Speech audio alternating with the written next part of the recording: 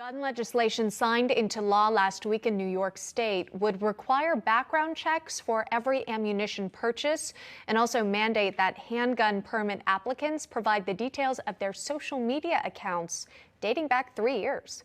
Joining us now to discuss is Republican New York City Councilman Joe Borelli. Councilman, thanks so much for coming on today. So let's dive into this legislation here. Checking an applicant's social media history has been talked about in New York for almost 5 years, but it was rushed through a special session of the state legislature in response to that recent SCOTUS ruling that struck down the state's law governing concealed carry permits.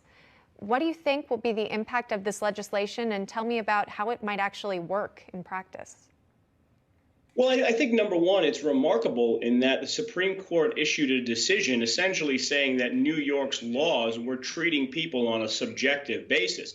I myself was denied a concealed carry permit, not because there wasn't any death threats towards me or I was as safe or unsafe as any other poor guy walking on the subway at night, but they denied me a carry permit because I didn't have a cash business. The subjectivity of those laws was at the fundamental question of this Supreme Court case. So now to add this new check of social media is extremely troubling. This is nothing short of a thought police. Keep in mind, we already have laws in every state around the country that determine when free speech crosses a line and actually becomes a threat of imminent harm.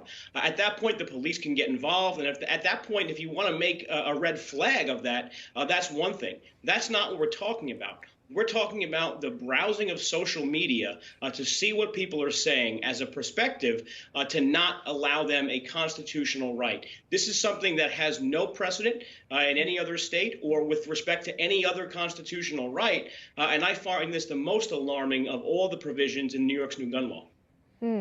The social media element of it. Of course, we've been throughout the show bringing the latest details regarding the tragic Highland Park July 4th shooting. This was, of course, in Illinois, a place that also has very, very strict gun laws on the books.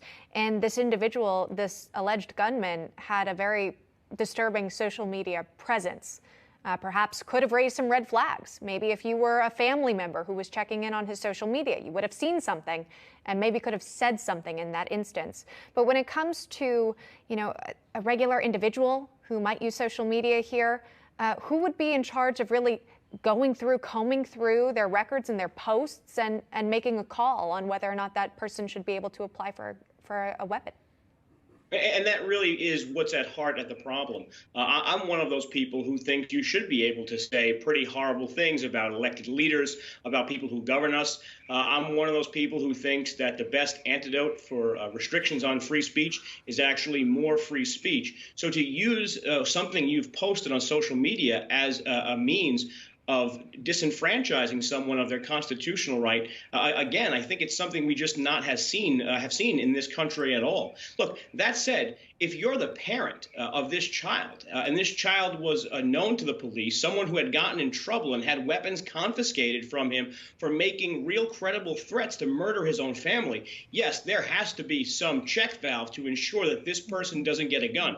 On the other side, we also see how ineffective some of these feel-good laws actually are. Highland Park had an assault weapons ban, a law that banned those high-capacity magazines, just like, by the way, New York has, which the criminals don't seem to follow. All of these feel-good laws don't actually do anything to prevent someone who wants to cause physical harm to others from actually doing that. That should be a concern as well to a lot of Americans. Right. The individual now facing 7 counts of first-degree murder and likely additional criminal charges will be coming his way, set to make his first appearance in court later today. We'll bring that to our viewers. While we've got you, Councilman Joe Borelli here, can I ask you about a recent tweet from the President of the United States? He's taking note, quite frankly, that there are kids who've fallen behind in their studies. He says this: due to the pandemic, kids are behind in math and reading.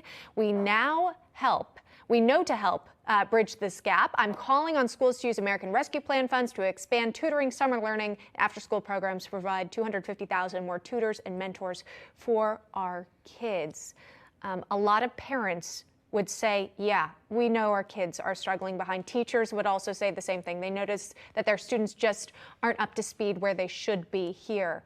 And a lot of that stems from that virtual learning that was in place for so many states and cities across the country. Tell me about your reaction and thoughts to the president's tweet. It's actually surreal. This is a solution proposed to a problem that they don't want to admit actually happened, and they don't want to take responsibility for. We know that big blue state governors and the federal government under Biden pushed homeschooling and lockdowns and remote learning far more than they needed to. So now to most parents, it's no shocker that this is actually a problem. I personally dropped my son off at a Title I funded camp this morning, basically to catch him up on school. So I'm in favor of the program. I acknowledge that this is something that needs to happen to get our kids back up to grade level. The shame in it is that we're not actually calling out those governors and federal officials who did the bad job of causing these problems by having this system in place far more than it needed to be in 2020 and 2021. And the teachers unions as well, right? Saying it was too dangerous for some of the teachers to be in-person learning, and their students too as well. All right, we're out of time, but do appreciate the conversation as always. Joe Borelli, thanks so much for taking the time. Thank you. You're welcome.